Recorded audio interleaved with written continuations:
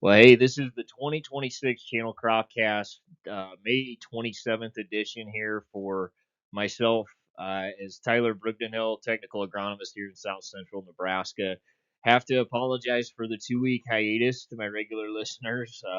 Unfortunately, both planting and putting in plots took precedence and something had to give. But the good news is we're back on, we're rolling, and the growing season is kicked off in a really big way. So let's jump right into that as I look at two of my locations in my territory, those being Holdridge and Grand Island. Now, if we look at Holdridge as a whole, really tracking anywhere from about, I'd say, 30 to 35 growing degree days ahead of what we would call normal based on historical data. It's bounced around, as you can see, throughout that, but I'd say on average you're about 30 to 35 growing degree days ahead of where we're typically seeing it, which is right about 500 or just north of that for holders this time of year.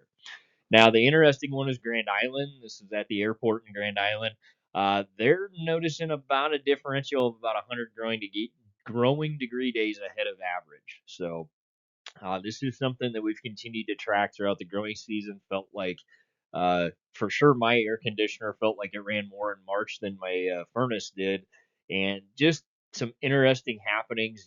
Felt like insects started to really awaken about a month earlier than we would typically expect them to, and again, just started to warm up earlier. Now, the unfortunate part is this next map comes with that, and that is looking at the total precipitation ranks by climate district from about the 10th of April to date for the entire Midwest. Now, if you've been an avid listener, you've seen this map before, but if you're catching this for the first time, basically this is ranking each climate district from a number of one, which would be wettest in history in the last 134 years, to 134 being the driest. So you can see the color graphics do it the justice. And as we can see for the West, the Dakotas, um, much of Northwest Iowa, a lot of Minnesota, um, pretty darn dry out there.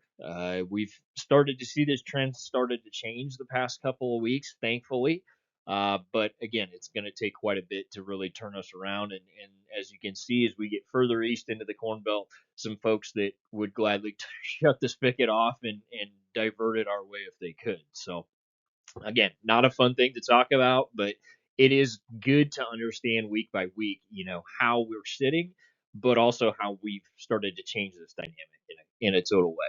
So what's going on in the corn world? Well, corn growth cycle, you're going to really start to see a couple different things happen. So our nitrogen and our potassium is going to really ramp up in terms of usage overall.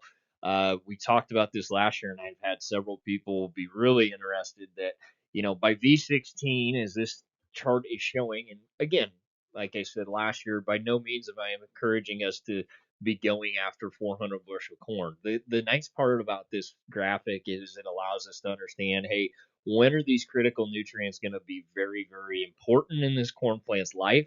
When are they most critical at different growing stages? So the interesting thing is by V16, we've used about 3/4 of the amount of potassium that this plant's going to require. So it's going to go through a big upkick in potassium requirement.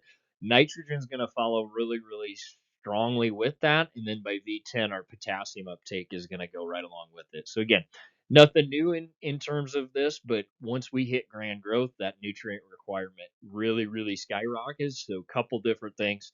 We want to make sure those nutrients are as available as possible for those plants, but we also want that root system to be as robust and as healthy at that time frame as we possibly can. So what else is going on in corn? Obviously, herbicide timing and restrictions. So a lot of post application going on. We want to be really conscientious about reaching the end of some of those herbicide timing pieces because we can start to have adverse effects on those plants based on what products we're applying. That's going to be different in each region that's watching this. Just make sure we're having those conversations when we need to stop applying certain products that we maybe had in our plan over the winter time, and maybe we've gone through a grand growth period, caught a rain here and there, and simply outgrown our herbicide plan. So we talked about the fertility ramp up with these nodal roots starting to develop. I've got corn anywhere from V6, V7 is some of the biggest stuff to stuff just coming out of the ground. So it's all over the board in terms of what is out there for growth stages, which makes that herbicide timing piece a really really big deal. Now, for those of us that are in that V4 to V6 time frame, that's when those ear rows are starting to form in that plant.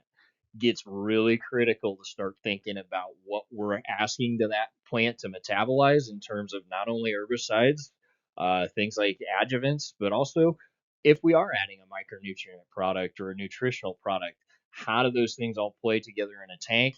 Are we giving it too much to metabolize at certain times? It's all good questions to ask, I think, and really think about. Had a couple questions around replants with the storm systems that we've had come through the area. We've lost some stand in areas, um, different things, washing out ditches, silting in different spots. So just make sure we're doing our due diligence, letting that crop make sure that it's telling us, hey, this stand is gone, it's not coming back. But be really, really cognizant that it is going to be June 1st next week. And we've lost a fair amount of yield potential in terms of planting the first time. So make sure we're having those conversations with our consultants and with our seed professionals around, hey, what does it really make sense to do? Is it keep that existing stand, or does it go back and start from square one at this point? So good conversations to have locally. Last thing in the soybean world, I've got soybeans that went in yesterday. I've got soybeans that are still being replanted due to some hail and other weather events that happen. And then we've got some that are probably pushing that first and second trifoliate. So uh, making sure we do our due diligence, letting those crops tell us from a replant decision, hey, make sure we give it time to respond. A lot of times I think we're really quick to respond and just want to do something as fast as we can.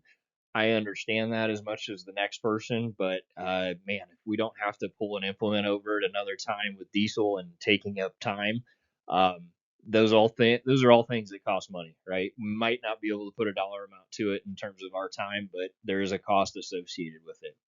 The other thing is the burn down and pre-emerge products are likely starting to lose some effectiveness, not only from maybe a rainfall event piece of starting to break down, but simply from a time aspect. A lot of these have probably been put on at least 3-4 weeks, in some cases probably longer if we went early. So be thinking about that Striax application with that 40 ounces of volatility reduction agent along with that DRA.